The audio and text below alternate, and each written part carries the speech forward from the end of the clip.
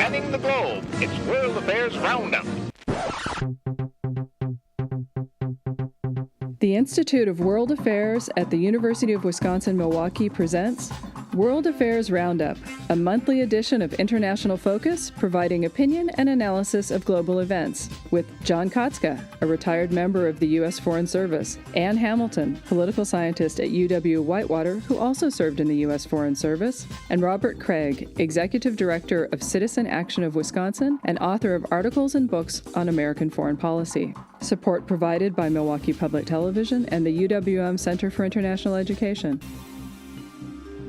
Now, here's your moderator, Doug Savage. Welcome to International Focus and another edition of our World Affairs Roundup. Our Roundup regulars are here once again to train their collective penetrating gaze on good listeners, as fallout from U.S. allies over President Obama's perceived role as snooper-in-chief continues. The White House is seeking to clarify its intelligence-gathering policies. Is the administration presiding over what one congressional critic termed a surveillance system run amok? Viennese waltz. A tone of unaccustomed optimism followed Vienna meetings between representatives of the UN's nuclear watchdog agency and Iran's new president. Is this a real thaw? And if so, who's not happy about it? General calm. With the return last week of a previously disgraced general and the arrest of one of the last Muslim Brotherhood leaders not already behind bars, Egypt's military is clearly back in charge. Are they likely to step down anytime soon? And happy motoring. In a rare act of civil disobedience last week, approximately 60 Saudi women got behind the wheel and drove on the streets of cities throughout the kingdom. Do these militant motorists spell trouble for the Saudi regime down the road? Well, welcome back, everyone. And John, maybe we can start with you and our story about the NSA and fallout from our allies. What are the accusations and what has been the intelligence community's response so far? You know, one has to go back to 1929 and Henry Stimson, then the Secretary of State. Who you didn't serve under. Oh, I didn't serve under, but it was close. Who piously admonished his colleagues by saying, "Gentlemen don't read other gentlemen's mail." Well, things have changed a great deal since then. And actually, three things jumped out at me when I looked at this particular story. One is, who does it and how much is being done? The second question is, how in the world did a contractor get a hold of this kind of information? This is Snowden who released the information. Exactly. And the third thing, what are the ramifications of it? But let's start with the beginning. What we have is the idea that everyone is doing this. And everyone who has the ability does as much as they can. And the ones who are most unhappy are the ones who don't have the ability to do it. We also have two different ways to look at this thing. We have the general thing about the public records that are being grabbed up as part of big data. And then we have the more spectacular accusations against the NSA for eavesdropping on world leaders. Well, in the first case, much of the data that we got, as it's coming out now, we got from European intelligence agencies as part of this big data because they were interested in trying to, when it was necessary, to find those little diamonds in the rough to be able to thwart terrorist attacks. The world leaders is more complicated, and what you're talking about here is an edge. The ability to be able to figure out where things are going. I mean, we had some tough times with the Allies. If you look back to the Security Council meeting over on Iraq, when the Germans and the French opposed our position, knowing what they were going to be doing and thinking would have been very useful. We also have let me leave it there and let someone else come in. Okay. Well, and what about, surprisingly, Congressman Sensenbrenner himself, one of the primary authors of the Patriot Act, said that we've lost the balance between security and privacy, security being what he was seeking with the Patriot Act. And so what do we make of that? I mean, if we've lost Sensenbrenner, what does that say? Well, I think the key word, and it comes out in all these reports, is balance, and also a sense of control over what we're doing, in the sense that when you use the term amok in the introduction, it really does seem like, did President Obama know? Who knows? The Intelligence Committee apparently didn't know, or they're saying that they don't know. So who does know about these things? And I think that gives a perception not only to the American public but to the world that we do have an out-of-control NSA. Whether it actually is or not is really hard to say. Whenever you're dealing with intelligence, you don't know. As John said, they're now saying that this came from European intelligence. Well, there's so many different layers in intelligence that you never know whether you're getting the right story. So I think a lot has to do with perceptions right now. So to what extent is this a case of just technology outstripping policy? I mean, if you've got a bunch of people who are really keen to use all of this swell hardware they've got, I mean, is it realistic to think that they're just not going to do it? Well, no, it's not. And you have, when you have the USA Freedom Act, which is responding to this, has as big a left-right continuum as you can possibly have. Patrick Leahy, a senator from Vermont, on the left end of the spectrum, and Jim Sensenbrenner from Wisconsin on the far right by any standard, agreeing on this. So it shocks people's sensibilities. Not only the technology has not only outstripped control, it's outstripped our basic values. And part of it also is having a force posture now, and an intelligence posture that's really a relic of the Cold War, right? We're going to have another fiscal cliff debate and debt default debate early in 2014 about not being able to afford Social Security and Medicare. At the same time, we have a national security state which has run out of legitimate targets to spy on, and is therefore spying on our friends and allies, and also has big data as far as general population. And so what's interesting is that this is offensive to the left and the right. You have Dianne Feinstein, the senator who's the chair of the Committee of Jurisdiction in the Senate, also coming out against the White and saying publicly that the White House agrees with her that we shouldn't spy anymore on heads of state of our allies, but the White House kind of demurring and saying, we didn't necessarily say that, but it puts the White House in a huge box. The question is, how do you restore oversight in a situation like this where you have this much resources and this technological reach and capacity? I think Robert overstretches when he says that this is a product of the Cold War. This goes long back before the Cold War and will continue long on after. The amount I'm of talking about capacity and the amount of investment. Well, and that's more a product of the information age than it is of any particular political phase. What we have are increasingly, because Congress put limitations on the size of all government agencies and departments, the use of contractors for a whole number of reasons. One, it gets them around congressional limitations. It gets them into a tactical relationship with these people rather than strategic. They don't have to pay health care benefits. They have no career obligations. And the numbers of these contractors is growing across the entire government. And the intelligence agencies are obviously one of the areas where they have not been able to police this. So what about the fallout? One of the things that's been put on the table is the transatlantic trade and investment partnership, a free trade kind of arrangement with Europe that the Obama administration is very supportive of. And there have been some wounded feelings in the European Union saying, well, if they're going to do that, they can forget about the TTIP. So do you think there's any real long-term ramifications to all of this?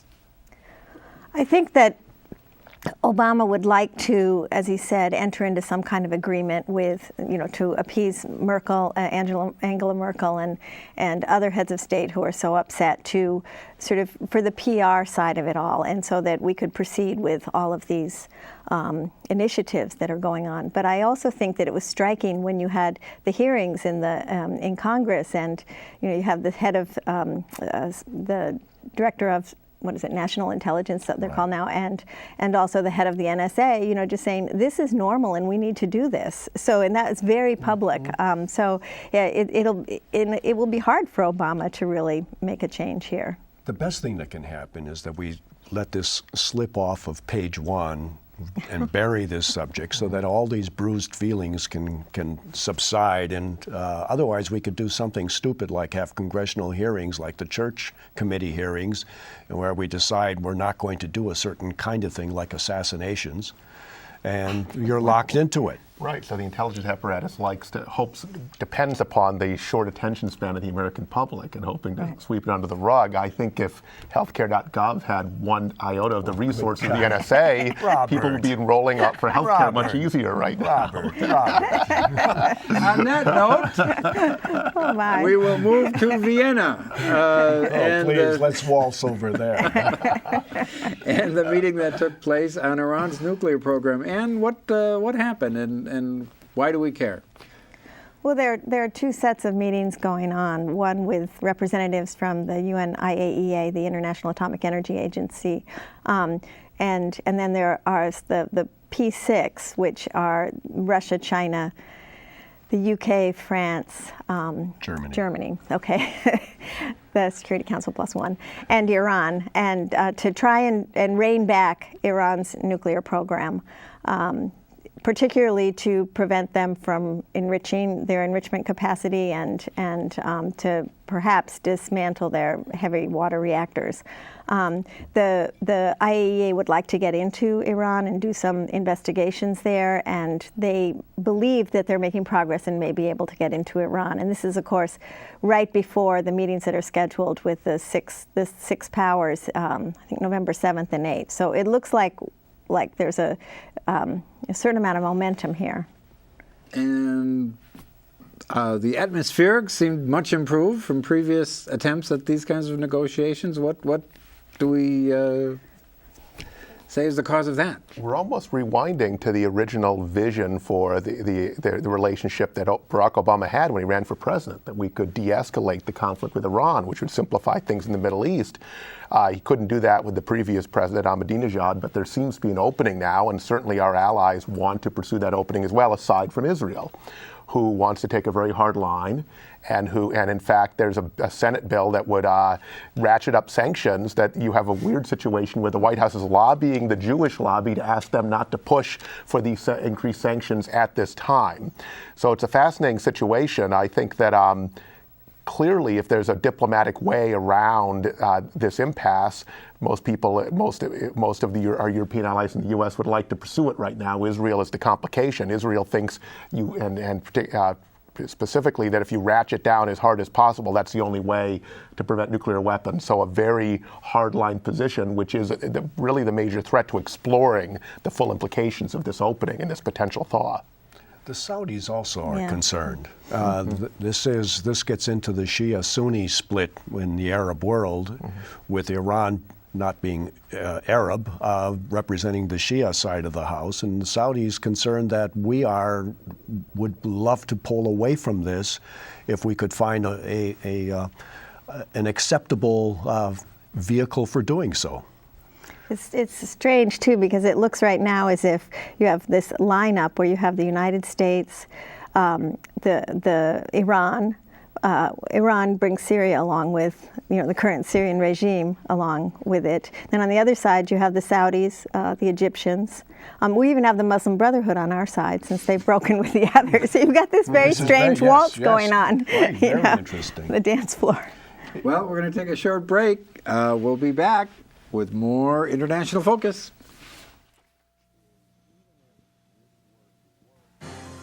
The Institute of World Affairs presents our community with a range of public programs relating to global issues, U.S. foreign policy, and the world economy.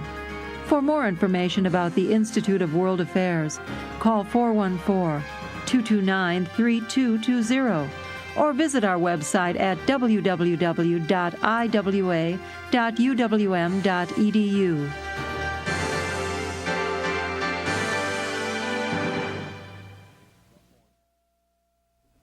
Welcome back to our World Affairs Roundup with John Katzka, Ann Hamilton, and Robert Kraig.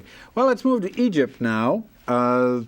Some interesting events this week where sort of the last remaining at-large Muslim brother was rounded up and a previously disgraced general was elevated and made head of intelligence. Robert, what does this say about the state of governance in Egypt right now? Well, I mean, it's an open question whether or not the military ever left full power. They stepped aside for at least a semblance of a democracy for a while, which didn't go the way they wanted it, or a lot of other Western powers wanted it. And so now they've stepped back in and at least publicly established what was there all along to some degree. So they've rounded up the leaders of the Muslim Brotherhood, which may cause huge additional issues down the line, not only for themselves, but also for a lot of other Middle Eastern countries, especially Saudi Arabia. But there doesn't seem to be, despite the Arab Spring and the great hopes of the protests, there does not seem to be much of a prospect of a serious liberal democracy emerging in Egypt anytime soon. But that is steady state, at least back to Nasser in the early 1950s. And it is really a hearkening back to a much earlier era, because Mubarak was not nearly as hardline against the Muslim Brotherhood. Try to manage them. Yes, and with this apparent change right now that the military is taking on the Muslim Brotherhood and trying to break them. Again, this, as we said earlier, this complicates the relationship with Saudi Arabia, because the Saudis had backed the Muslim Brotherhood. Now they're backing the army, so things are changing there. But looking back at the way in which this moved into the democratic period, you cited that, Robert, correctly. But one point that should be mentioned is that one of the reasons that the army backed out of the process because Mubarak was breaking the rules. He wanted to install his son as his successor, and this did not go down well with the general staff. So when the sort of Morsi era constitution was before the people, certainly a majority, not a huge majority, but over half the people casting votes voted for it as kind of a proxy for at least somewhat the vision that he had for Egypt. What does the army do with those people? I mean, there's certainly the hardcore Muslim Brotherhood sort of vanguard, but then there are an awful lot of Egyptians who are maybe sympathetic. So what happens now? Yeah, certainly a lot of middle class and more liberal-minded people did back the coup initially, but now it appears that society is completely polarized, and with the big clampdown and bringing back a person who's associated with a huge amount of corruption and repression, it looks as if there isn't really a space for the sort of the center here, and it's a difficult situation. Their politics are extremely polarized, and it looks like it could be a difficult period for a long time, going back and forth between the two sides. So we've talked about the military vis-a-vis the Muslim Brotherhood. Briefly, there was this sort of anti-Morsi military and liberal alliance. What happened with that? Well, the military found that useful when they were trying to remove Morsi or planning to do so, but once they had power, they didn't need those allies anymore. So pure power politics, right? So you don't have the ingredients for kind of an open, modern parliamentary system right now in Egypt, and you've built up a strong military, which is an overpowering force in terms of the social institutions in the country. And so there isn't any kind of checks and balances that you would have in a Western democracy. Just having an election doesn't mean you have a democracy. Those liberal secularists, well, actually, just the liberals, because the secularists could be also part of the military camp as well. The liberals component doesn't amount to a major factor within Egyptian politics. Yeah. You still have all the economic problems too, making the situation even more dire. Well, and one of the things we've talked about on this show as well is there a personal alternative to the military leadership? I mean, is there some sort of charismatic, secular, liberal leader for things to coalesce around? Apparently not. Maybe he's looking for papyrus on the Nile. Right. He has no mechanism to emerge at this point, he or she, even if they might exist. So what does this mean for U.S.-Egyptian relations? Are we just, for all our ostensible democracy promotion, just sort of looking the other way and continuing to write checks? Well, we're being a little hesitant about the checks, but the other part is that there are rumblings from the White House about a shift in policy, that there is a desire to wind up a number of the Middle Eastern issues and move back to, as what the president said, 6 years ago, let's go back to Asia. So that also is at play here. So is there really congressional support for walking back our long-standing support? I mean, Egypt traditionally has been the #2 recipient of aid. And do you see that changing anytime soon? Well, that was because we were giving so much money to Israel that we had to have, in order to have any kind of an appearance of being even-handed about this, we were giving money to Egypt. So I don't know that will change that. Well, and also the reluctance of the administration to call what happened in July a coup is where it's fueled the perception that we're actually sympathetic to the Muslim Brotherhood, because we were we were sympathetic to the Muslim. No, I'm sorry. I'm confused here. Actually, no, that we were refused to call it a coup, Right. but when we had previously been supporting the Muslim Brotherhood. And so we look like we're sort of on both sides. And from the right in the United States, there's this flat out, we should support the military because anything that's against Islamicism is a good thing. And so there's pressure from the right on Obama. They would accuse him of undermining the alleged war on terror if he was to pull back. So I think that there's probably a coalition there to keep funding Egypt for the time being. Well, let's stay in the region. This past week, there was a protest by a number of Saudi women who were seeking the right to drive. And before we get into this story, maybe we could look at a short clip. This is a young Saudi who has posted and received enormous amounts of hits, a sort of parody song on the issue. So maybe we could take a look at that. Hello, my name is Hisham Faghi. I'm an artist and social activist. I don't really listen to music, but while studying in the US, I heard a song by a Jamaican guy that really caught my attention. I decided to do my own rendition, with lyrics relevant to my culture, but without musical instruments. No woman, no drive. No woman, no drive. No woman, no drive. No woman, no drive. Say, I remember when you used to sit in the family car, but backseat. Over is so safe and well, so you can make lots and lots of babies. Well, and the song goes on. But first of all, this was not the first protest of this type, was it? No, there have been several instances in the past. In 1990, there was a similar attempt where there was a day announced when women were going to drive. 2011, and now on October 26th. And each time there have been, fewer than 100 women who have participated in this, but it doesn't mean that there aren't other days when women are driving. There are a lot of women who drive in rural areas in Saudi Arabia, and there are women who do it sort of on a regular basis, but actually refrained from doing it on that day because they knew that the authorities were watching them. So it's part of a growing movement. How much it will grow is a little unclear. Well, we saw, the song we just listened to was disseminated through social media, and there were hopes that perhaps social media would turn out much larger groups of people, and that didn't happen. But is this really about driving, or is it a proxy for a whole host of other kinds of reforms, Robert?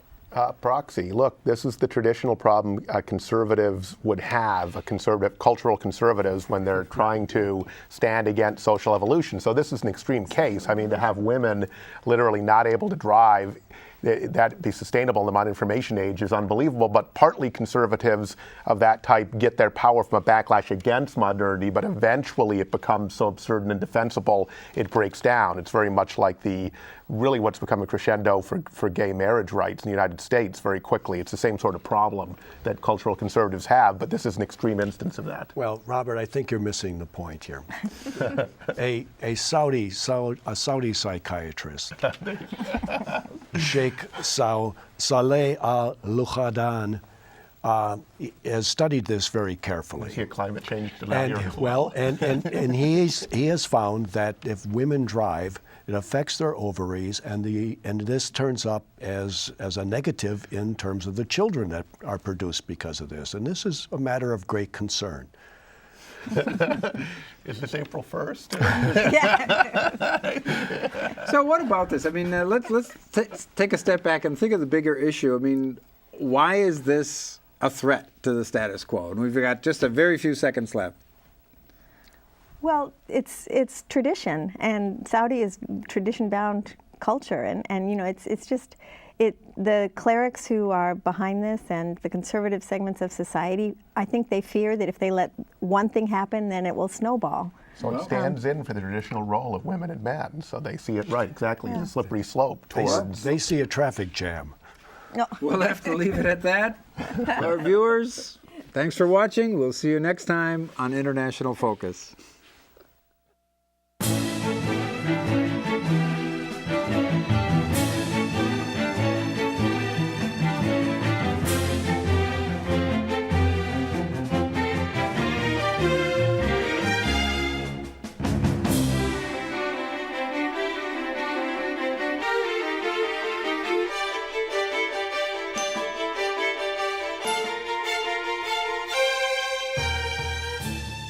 For information about the Institute of World Affairs and its many programs, or to become a member of the Institute, call 414-229-3220 or visit us at our website,